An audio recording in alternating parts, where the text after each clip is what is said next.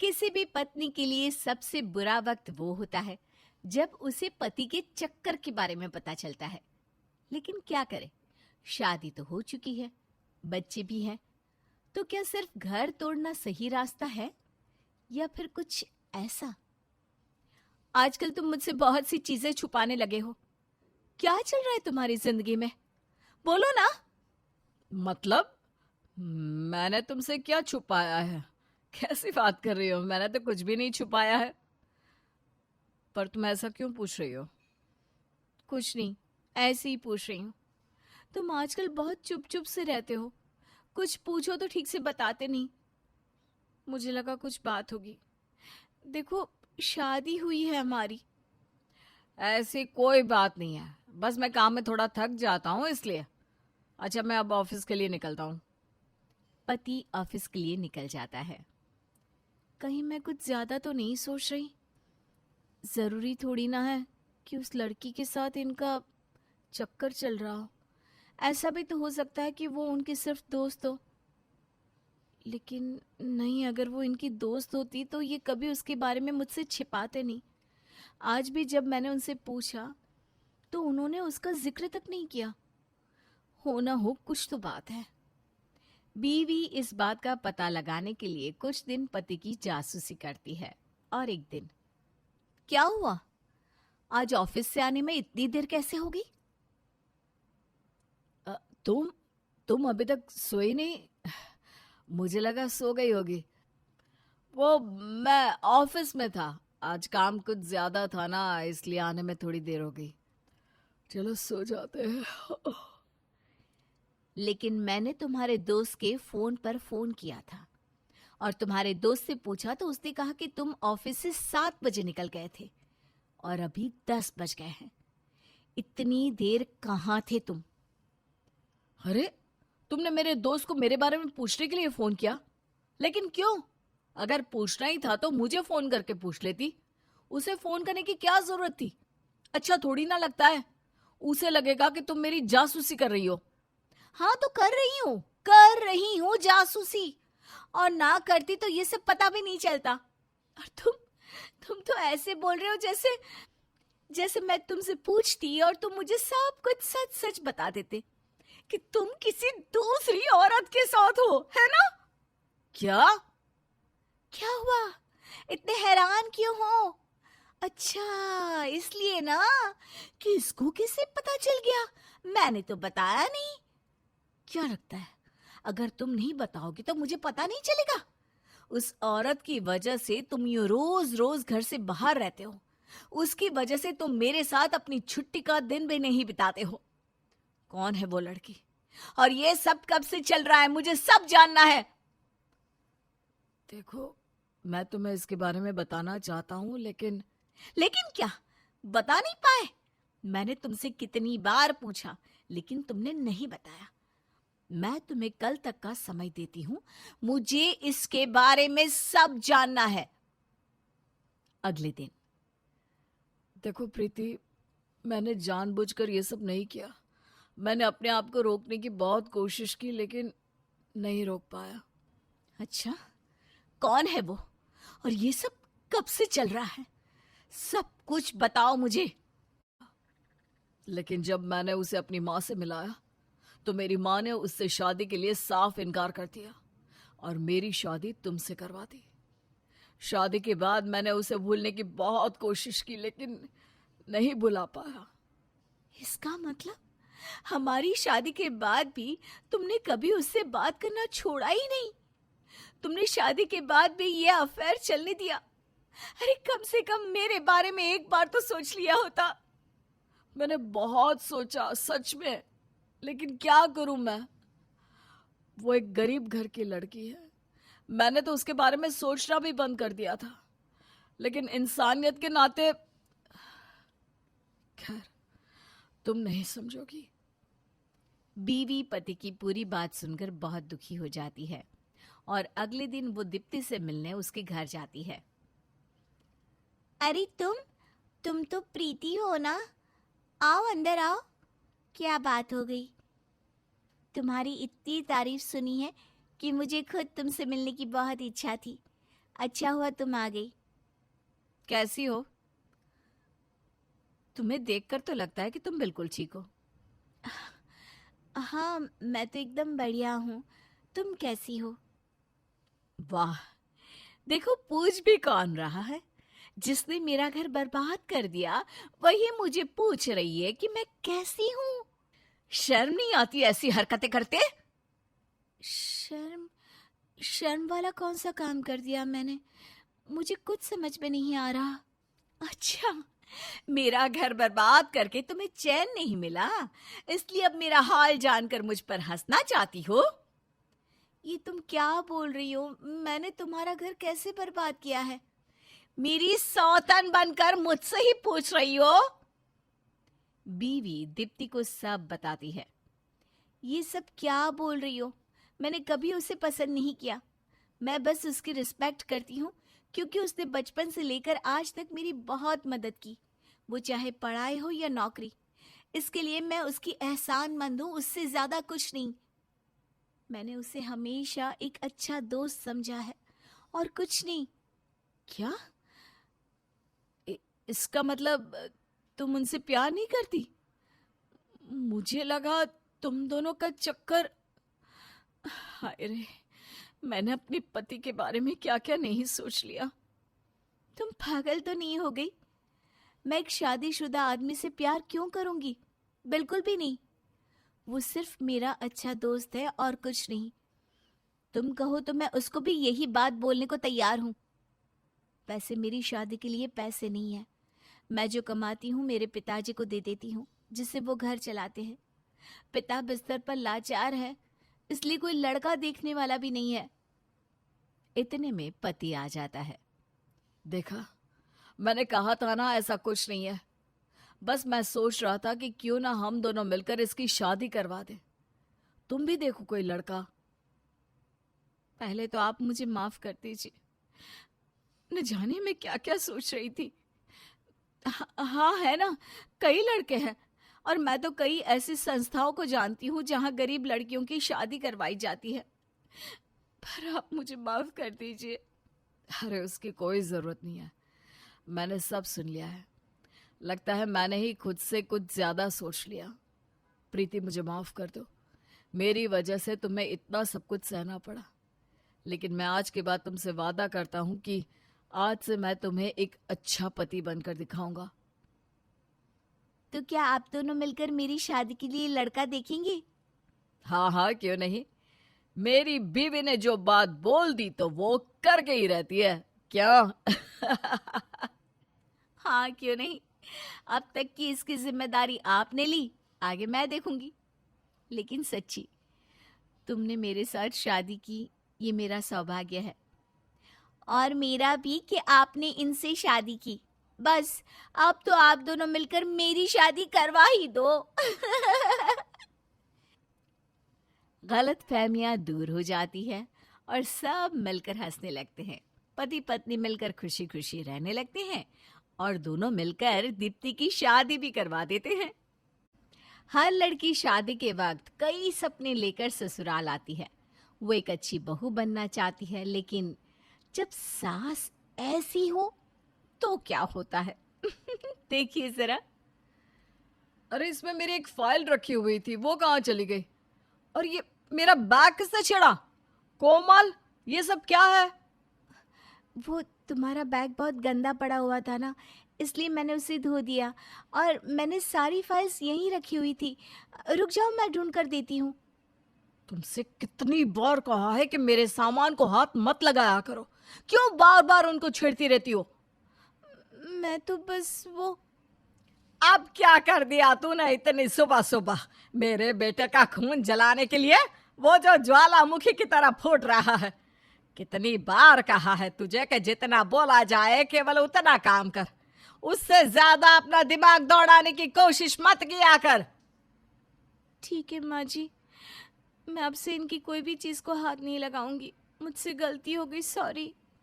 अब सारी सब कुछ बिगाड़ कर सारी बोल रही है। अरे रहने दे, चल बेटा तू बाहर नाश्ता कर लेना, तेरी फाइल मैं ढूंढ कर देती हूँ। बचपन से तुझे मैं ही तो संभाल रही हूँ। ये क्या देखेगी तुझे, न जाने कैसी गंवार से पाला पड़ा है। अगले दिन। बहू, ये कैसी सफाई की है तुमने? पूरे फर्श पर मिट्टी ही मिट्टी है। अरे नहीं कर सकती कुछ तो बोल देना। हो क्या गया है तुझे? माँ जी, मैंने तो ठीक से ही साफ किया था, लेकिन ये अपने गंदे जूते लेकर घर के अंदर आ गए ना, इसलिए फिर से मिट्टी मिट्टी हो गई। हाँ हाँ, तू तो यही बोलना चाहती है ना कि मैं बाहर से मिट्टी लाकर डाल देती हूँ, या फिर मेरा बेटा जूतों में मिट्टी लगाकर अंदर ला रहा है। अरे क्यों अपनी गलती का इल्जाम मेरे बेटे पर डाल रही है? खुद से सफाई ठीक से होती नहीं और नाम लगाती है मेरे बेटे का कि उसने गंदा कर दिया। ये तो गलत है। देखो माँ मेरा कितना ख्याल रखती है और तुम सिर्फ ब्लेम करना ही जानती हो। थैंक्स माँ। अरे कोई ना बेटा, जब तक मैं हूं ना कोई कुछ नहीं कह सकता तुझे। जा काम कर बेटा। सास बहू को हमेशा बिना बात के ताने दिया करती, और तो और वो अपने बेटे को बहू के खिलाफ भड़काती भी रहती। फिर एक रोज। यह क्या है बहू, सब्जी कितनी कम दी है तूने मेरे बेटे को खाने के लिए? जा और लेकर आ। माँ जी, और नहीं है, आपने ही तो सारी खा ली है, थोड़ी ही बची थी, वो भी इनके लिए। अरे चल झूठी, कोई ना खत्म हुई होगी। हाँ मैंने थोड़ी ज्यादा खा ली, लेकिन मेरे बेटे को तो खाना ठीक से नहीं देती। जा अंदर जाकर लेकर आ। बहू अंदर से खाली बर्तन लेकर आती है। माँ जी, अगर आपको मुझ पर यकीन नहीं हो रहा तो अपनी आंखों से देख लीजिए। देखा अब आपने, अब क्या कहेंगी? अरे ठीक है, लेकिन अगली बार से मेरे बेटे के लिए ज्यादा सब्जी रखा कर। याद है बेटा, तू छोटा था तो कितने अच्छे से खाना खिलाती थी मैं तुझे, है ना?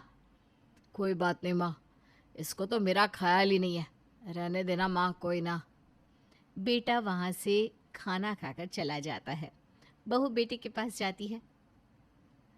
क्या जी, अब इसमें भी मेरी ही गलती है क्या?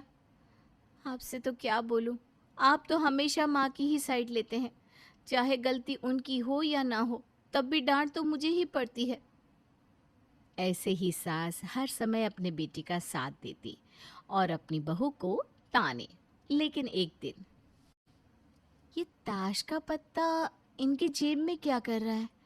कहीं इन्होंने फिर से जुआ खेलना शुरू तो नहीं कर दिया? देखती हूँ और क्या है। इतने सारे पैसे! आह, इन्होंने अकाउंट से निकाले होंगे क्या? तुम फिर से मेरे सामान को देखने लग गई हैं? कितनी बार कहा है तुमसे, मुझे पूछे बिना मेरे सामान को हाथ मत लगाया करो। क्यों हाथ लगाती हो? दे दो इसे।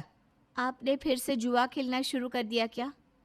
कितनी बार आपसे कहा कि घर में वैसे ही पैसे खत्म हो रहे हैं, और एक आप है कि मैं नहीं खेलता हूँ जुआ। और ये क्या बोली जा रही हो? हैं? अच्छा, तो ये देखिए, ये क्या है? ताश के पत्ते फिर से? ये ये मेरे दोस्त के है। लगता है गलती से आ गए। और ये अकाउंट से इतने सारे पैसे क्यों निकाले हैं? पैसे तो कितने सारे थे, तो कहाँ गए पैसे? अरे ये वो मेरे एक दोस्त को चाहिए थे। और तुम मुझसे इतने सवाल जवाब क्यों कर रही हो? मेरे पैसे हैं, मैं कुछ भी करूं। बहू शाम को ये बात जाकर अपनी सास को बताती है। तू पागल तो नहीं हो गई? अरे ऐसे ही शक कर रही है मेरे बेटे पर? मेरा बेटा बिल्कुल सही है। माँ जी, आप मेरी बात माने न माने, मेरा मन कह रहा है कि कुछ तो गड़बड़ है। देख बहू, पहले की बात अलग थी और अब की बात अलग है। पहले वो खेलता था, लेकिन अब नहीं, क्योंकि अब समझदार हो गया है। उसे पता है क्या सही है क्या गलत, और एक ही गलती वो बार बार नहीं दोहराएगा। हाँ। बहू सास की ये बात सुनती है और पति को रंगे हाथ पकड़ने का सोचती है। एक दिन, माँ जी चलिए ना, आपको जरा बाजार तक ले जाती हूँ। हाँ हाँ जाओ और आराम से आना। बेटा जरा 2000 दे देना। वो क्या है ना, कल से कुछ दिखाई नहीं दे रहा। सोच रही हूँ कि आज आंखें चेक करवा लेती हूँ। अरे माँ, पैसे कहाँ हैं? यहाँ तो खुद के लिए भी एक पैसा नहीं है। अच्छा तो रहने दे। वैसे पैसे जाते कहाँ हैं? अच्छा ला, तेरे पिता की वो आखिरी निशानी घड़ी है ना, मैं उसमें सेल डलवा देती हूँ। अब माँ वो तो मेरे पास नहीं है, पुरानी हो गई थी ना तो बेच दी। पुरानी थी तो बेच दी? अरे तुझे पता भी है वो घड़ी तेरे पापा की आखिरी निशानी थी और तूने अपने जुए के लिए उसे बेच दी। बहू सही बोल रही थी लेकिन मैं नहीं मानी। माँ मैंने ऐसा कुछ नहीं किया है, ये झूठ बोल रही है।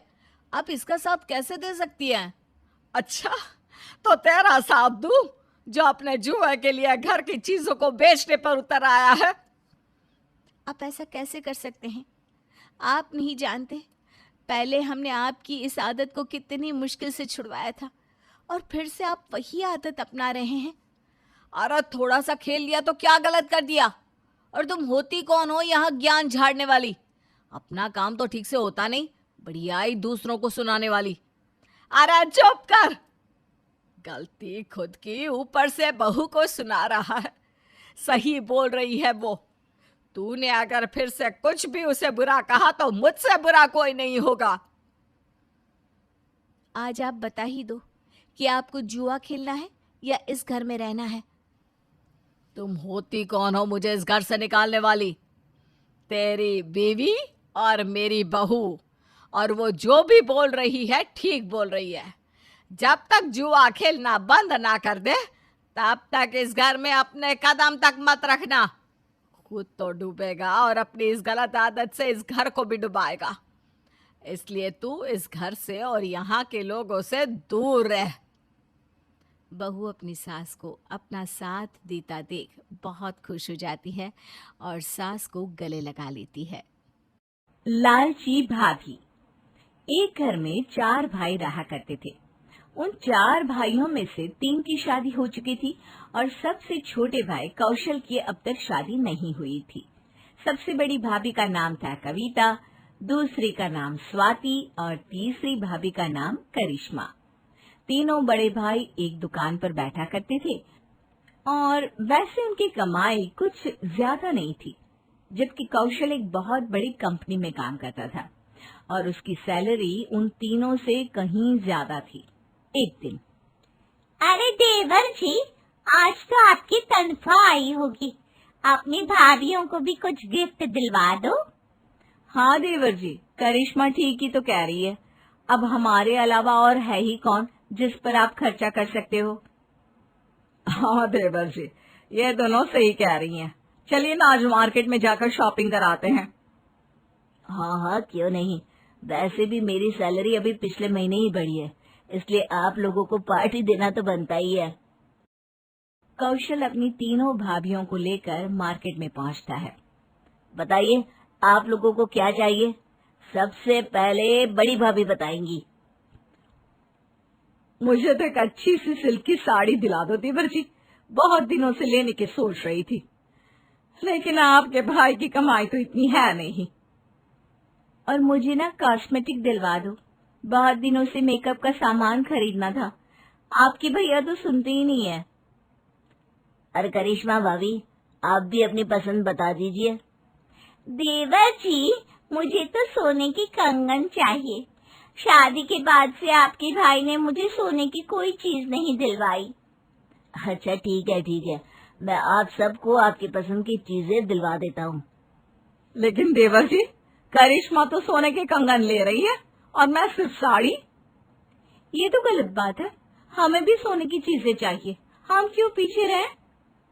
अच्छा ठीक है, मैं आप सबको ज्वेलरी की शॉप पर ले चलता हूँ, आप अपनी पसंद का सामान खरीद लीजिएगा, ठीक है। कौशल की तीनों लालची भाभियां गहने खरीद लेती है और घर आ जाती है। अगले दिन जब कौशल ऑफिस चला जाता है और घर पर कोई नहीं होता तो तीनों मिलकर खुश होती हैं।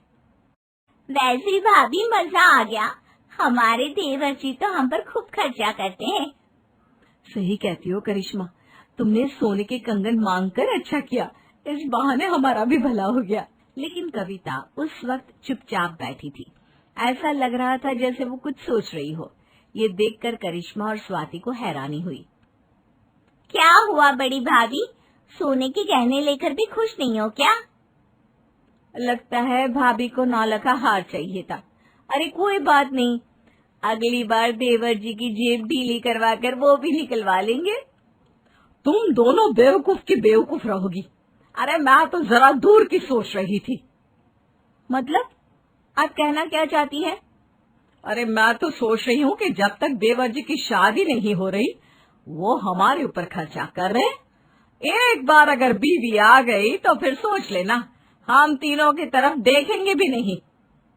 बात तो आपकी सही है भाभी, लेकिन अब तो देवर जी की शादी की उम्र हो चली है, कमाते भी अच्छा खासा है, आज नहीं तो कल उनकी शादी तो होनी ही है। अरे क्यों ना हम तीनों मिलकर कुछ ऐसा गेम खेले कि देवर जी की शादी ही ना हो पाए और जिंदगी भर उनकी कमाई पर ऐश उड़ाए। और फिर तीनों लालची भाभी मिलकर ये प्लान बनाती है कि वो अपने देवर कौशल की शादी नहीं होने देंगी। कुछ दिनों के बाद कौशल के लिए एक रिश्ता आता है। लड़के वाले कौशल को देखने के लिए घर आते हैं, लेकिन कौशल तब तक ऑफिस से आया ही नहीं था। लड़की के पापा कहते हैं, वैसे आपका देवर कौशल नौकरी तो बहुत अच्छी करता है, कमाता भी काफी अच्छा है, मैं तो अपनी बेटी का रिश्ता करने के लिए तैयार हूँ। जी बात तो आपकी ठीक है, हमारे देवर जी में वैसे कोई कमी नहीं है, बस वो कोई बात है तो आप मुझे बता सकती हैं। मुझे तो वैसे कोई कमी नजर नहीं आती। ठीक ही कह रहे हैं अंकल जी आप, ऊपर से देखो तो कोई कमी नजर नहीं आती, और कमी की तो बात भी क्या है, बहुत अच्छे हैं हमारे देवर जी। लेकिन वो क्या है ना। अरे चुप हो जाओ तुम दोनों। अगर भाई साहब को कोई प्रॉब्लम नहीं है तो हमें क्या, हम तो चाहते हैं कि हमारे देवर की शादी हो जाए। मुझे आप लोगों की बातों से लग रहा है कि कहीं कुछ तो परेशानी है, आप चाहे तो मुझे बता सकती हैं। देखिए भाई साहब, वैसे तो हमारे घर की बात है, लेकिन पराये घर की बेटी का सवाल है। वो क्या है ना, हमारे देवर जी को जुआ खेलने की आदत है, घर में तो 1 रुपया भी नहीं लाते। आप तो घर की हालत देख ही रहे। अरे भगवान भला करे आपका, जो आपने रिश्ता होने से पहले ही मुझे बता दिया। लड़का जितना भी कमाए, लेकिन एक जुआरी के साथ मुझे अपनी बेटी की शादी नहीं करनी। और इस तरह कौशल की शादी उस लड़की के साथ पक्की नहीं हो पाती। कुछ दिनों के बाद कौशल को एक लड़की पसंद आती है जो उसके ऑफिस में काम करती थी। कौशल उसे अपने साथ घर लेकर आता है। भाभी, इसका नाम दीपिका है और मैं इसे बहुत पसंद करता हूँ, इससे शादी करना चाहता हूँ, सोचा आप लोगों से मिलवा दूं। बहुत अच्छा किया देवर जी, वैसे आपकी पसंद तो बहुत अच्छी है। देवर जी, ये तो बहुत अच्छी बात है कि आपने अपने लिए लड़की खुद ढूंढ ली, वरना आप तो जानते ही हैं ना क्या हुआ था। क्या हुआ था, मुझे भी बताइए। अरे कुछ नहीं, ऐसी भी कोई बड़ी बात नहीं है, परेशान मत हो तुम। अपनी बातों से तीनों भाभियों ने दीपिका के दिमाग में शक डाल दिया। अगले दिन जब कौशल ऑफिस में होता है, दीपिका चुपचाप कौशल के घर आती है। देखिए, मैं कौशल से बहुत प्यार करती हूँ, लेकिन फिर भी मुझे ऐसा लगता है जैसे उसके बारे में कोई तो बात थी जो आप मुझसे छुपा रहे हैं। अरे दीपिका, तुम तो देवर जी से प्यार करती हो ना, प्यार में क्या अच्छा क्या बुरा। क्या मतलब ये कि प्यार तो अंधा होता है, सामने वाले में कितनी भी कमियां हो क्या फर्क पड़ता है। देखिए, आप मुझे सब कुछ साफ साफ बता दीजिए। डिप्रेशन की बीमारी है देवर जी को, दौरे पड़ते हैं दौरे, और जब दौरे पड़ते हैं ना तो कुछ नहीं देखते, सामने जो भी आता है उसको मारना शुरू कर देते हैं। वैसे ऐसे कभी कभार ही होता है, लेकिन फिर भी। उन तीनों की बात सुनकर दीपिका वहां से चली जाती है। उसके जाने के बाद तीनों भाभियां खुश हो जाती हैं। अब देखना, देवर जी की शादी तो होने से रही और वो जिंदगी भर अपनी कमाई हम तीनों पर लुटाते रहेंगे। लेकिन अगले दिन कौशल और दीपिका कोर्ट मैरिज करके घर आ जाते हैं। ये देखकर तीनों भाभियों का सर चकरा जाता है। ओहो दीपिका, ये क्या, हमारे समझाने के बाद भी तुमने देवर जी से शादी कर ली? हाँ, क्योंकि मुझे अब आप तीनों की सच्चाई पता चल गई है। लेकिन अब ये भी बता दीजिए कि आपने ऐसा क्यों किया? जरूर इस लड़की ने आपको हमारे खिलाफ भड़काया होगा। भड़काया नहीं, बल्कि सच का सामना करवाया है। अब आप बताइए कि आपने ऐसा क्यों किया? देवर जी, हमें माफ कर दीजिए। हम आपके पैसों से खूब मजे कर रहे थे। सोचा आपकी शादी हो जाएगी तो आप हमारे ऊपर खर्चा करना बंद कर देंगे। यही सोचकर हम आपकी शादी नहीं होने दे रहे थे। आप तीनों भाभियां बहुत चालाक हैं, लेकिन अगर आप शेर हैं तो मैं भी सवा शेर हूँ। और अब आपका लालच खत्म हुआ हो तो मैं अपने पति को लेकर दूसरे घर में शिफ्ट हो रही हूँ। समझ में आया ना? लालच बुरी बला है। घनश्याम और सुचित्रा ने बड़े ही धूमधाम से अपने बेटे देवेश की शादी रितु के साथ कर दी। देवेश एक अच्छी कंपनी में नौकरी करता था और रितु भी बहुत पढ़ी लिखी लड़की थी, लेकिन वो नौकरी नहीं करती थी। घनश्याम जी और सुचित्रा जी को लगा कि बहू घर में आने के बाद उनके घर को अच्छी तरह संभाल लेगी, क्योंकि घनश्याम जी कुछ ही दिनों में नौकरी से रिटायर होने वाले थे और सुचित्रा जी घर में अकेली रह जाती थी। एक दिन सुबह के वक्त, अरे आप तो जल्द ही रिटायर होने वाले हैं, फिर साथ में रहेंगे। अब तुम्हें चिंता करने की क्या जरूरत, तुम्हारी बहू जो आ गई है। सही कहते हैं, कितनी पढ़ी लिखी बहू है। अच्छा सुनिए, अब तो कुछ ही दिनों में आपका रिटायरमेंट है, उसके बाद तो आप भी सारा दिन घर पर ही रहेंगे। हाँ बिल्कुल। रितु अपने सास और ससुर की कुछ ज्यादा ही सेवा करती थी, उनका बहुत ज्यादा ख्याल रखती थी। इस वजह से घनश्याम और सुचित्रा बहुत खुश थे। एक दिन रितु और देवेश अपने कमरे में बातें कर रहे थे। तुम इस तरह मम्मी पापा का ख्याल रखा करो, बस थोड़े ही दिन की बात है। क्या बताऊं देवेश, थक जाती हूँ सारा दिन काम कर करके। अगर पापा जी की रिटायरमेंट वाली बात नहीं होती ना, तो मैं किसी का कोई काम नहीं करने वाली थी। अरे जानता हूँ, लेकिन तुम्हें पता है ना, रिटायरमेंट पर पापा को पूरे 20 लाख मिलने वाले हैं। तुम्हें पैसे नहीं चाहिए क्या? अरे उन्हीं पैसों की लालच में ही तो तुम्हारे माँ बाप की दिन रात सेवा करनी पड़ती है, वरना मुझे कोई शौक नहीं है नौकरानी बनकर रहने का। अरे कुछ पाने के लिए थोड़ी मेहनत तो करनी ही पड़ेगी ना। वैसे भी पापा का रिटायरमेंट 2 दिन बाद है, पैसे बस आने ही वाले हैं। कुछ दिनों के बाद घनश्याम जी का रिटायरमेंट हो जाता है और उनको 20 लाख मिलते हैं। पापा, आपसे कुछ बात करनी थी। हाँ बोलो बेटा, बताओ क्या बात है। पापा, आपको ऋतु से कोई शिकायत तो नहीं है ना? वो आप दोनों का ध्यान तो रखती है ना? अरे कैसी बात करते हो बेटा, इतनी पढ़ी लिखी बहू और हमारा ऐसे ध्यान रखती है जैसे हमारी बेटी हो। हमें उससे कोई शिकायत नहीं। पापा, वैसे तो आप दोनों हमेशा हमारे साथ ही रहेंगे, लेकिन मैं सोच रहा था कि एक छोटा सा फ्लैट खरीद लेते हैं। लेकिन बेटा, अलग से फ्लैट लेने की क्या जरूरत है? वो क्या है ना पापा जी, ये घर थोड़ा पुराना हो गया है, हम एक फ्लैट खरीद लेते हैं। जब तक आप दोनों का मन लगेगा हम यहाँ रहेंगे और उसके बाद हम सब नए फ्लैट में शिफ्ट हो जाएंगे। वैसे बात तो सही कह रही है बहू, और अभी तो आपको रिटायरमेंट के पैसे भी मिले हैं।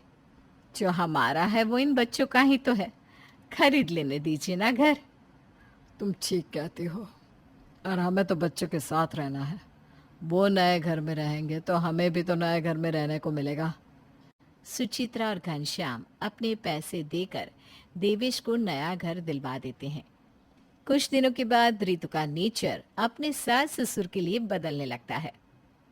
बेटा, जरा मेरी तबीयत ठीक नहीं है, शाम के खाने में खिचड़ी बना दोगी? क्या पापा जी, आपको खिचड़ी पसंद है और आपकी वजह से हम सबको भी वही खानी पड़ती है। अब आपकी तो उम्र हो चली है, हम थोड़ी ना जिंदगी भर खिचड़ी खाते रहेंगे।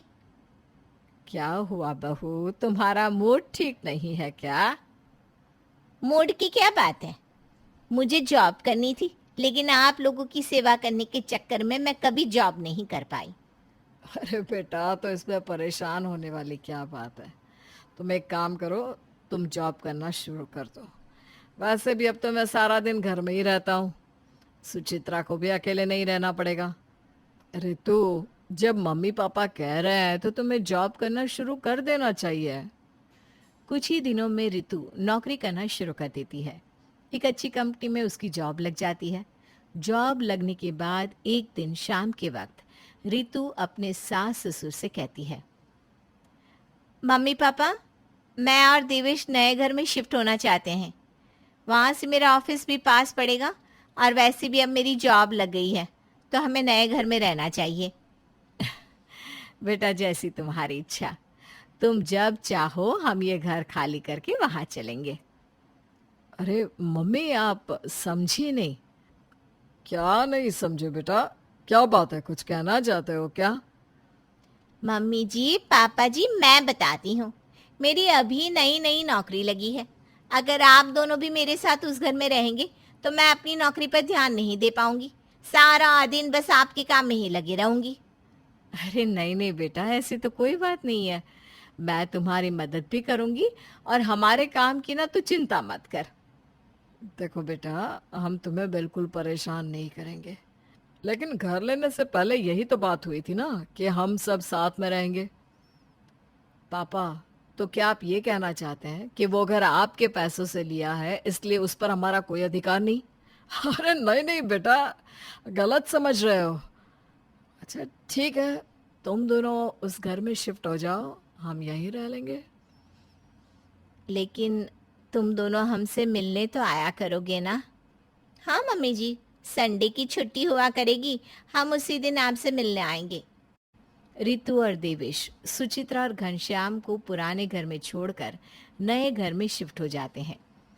सुचित्रा और घनश्याम उन दोनों का इंतजार करते हैं, लेकिन वो सैटरडे संडे को भी घनश्याम या सुचित्रा से मिलने नहीं आते। मैंने कभी सपने में भी नहीं सोचा था मेरे बेटे और बहू ऐसे निकलेंगे। सच कह रही हो सुचित्रा, हमारी बहू ने तो कुछ ही दिनों में अपना असली रंग दिखा दिया। इसमें गलती सिर्फ बहू की नहीं है, बेटे ने भी तो हमारे साथ धोखा ही किया है। और फिर कई दिन ऐसे ही निकल जाते हैं। रितु और देवेश अपने माँ बाप से मिलने के लिए आते ही नहीं। एक दिन घनश्याम जी की तबीयत खराब हो जाती है और सुचित्रा देवेश को अपने घर बुलाती है। क्या हुआ माँ? ऐसे भी क्या आफत आ गई थी? जानती नहीं, ऑफिस का काम छोड़कर आया हूं मैं। और मम्मी जी, मेरी तो नई नई नौकरी है, आपको थोड़ा तो सोचना चाहिए। क्या करती बेटा, तुम्हारे पापा जी की तबीयत बहुत खराब हो गई। अब इस उम्र में मैं अकेली उनको हॉस्पिटल कैसे लेकर जाती? अरे मम्मी, इस उम्र में तो बीमारी चलती ही रहती है, उसमें इतना परेशान होने की क्या बात है? अब ये तो आपका रोज का ही काम रहेगा ना मम्मी जी। उम्र हो चली है, हम कब तक ऐसे बार बार छुट्टियां ले लेकर यहाँ आते रहेंगे? वही तो मैं कहना चाहता हूँ, मेरे पास तो इतनी छुट्टियां भी नहीं है। मम्मी जी, पापा जी, आप लोग एक काम क्यों नहीं करते? आप लोग ना वृद्धाश्रम में शिफ्ट कर लीजिए। वहां पर वो लोग आपकी केयर भी करेंगे और हमारी भी टेंशन खत्म हो जाएगी।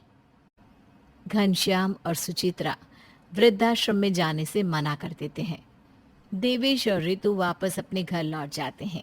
एक दिन ऑफिस से लौटते वक्त रितु का एक्सीडेंट हो जाता है और उसके पैर में फ्रैक्चर हो जाता है। माँ, रितु के पैर में फ्रैक्चर हो गया है और मैं भी अपनी जॉब में बहुत बिजी रहता हूँ। ढंग से 2 वक्त का खाना भी नहीं मिल रहा है। अब पता चला बेटा, बूढ़े माँ बाप की कभी कभी ज़रूरत पड़ ही जाती है। तुम तो हमें छोड़कर चले गए थे, अब क्या चाहते हो? मैंने तुम्हारे सामने कितने हाथ पैर जोड़े थे जब तुम्हारे पापा की तबीयत खराब हुई थी, लेकिन तुमने हमारी एक नहीं सुनी। माँ पापा, हम दोनों से बहुत बड़ी गलती हुई है, प्लीज़ हमें माफ़ कर दीजिए। मम्मी जी, पापा जी, आज के बाद हम सब एक जगह रहेंगे और हम दोनों मिलकर आपका ख्याल रखेंगे। मुझे तुम्हारी बातों पर बिल्कुल भरोसा नहीं है, लेकिन हम तुम्हारे माँ बाप हैं, तुम्हारी तरह कलयुगी नहीं हो सकते। जब भी तुम्हें जरूरत पड़े हम तुम्हारा ख्याल रखने पहुंच ही जाएंगे।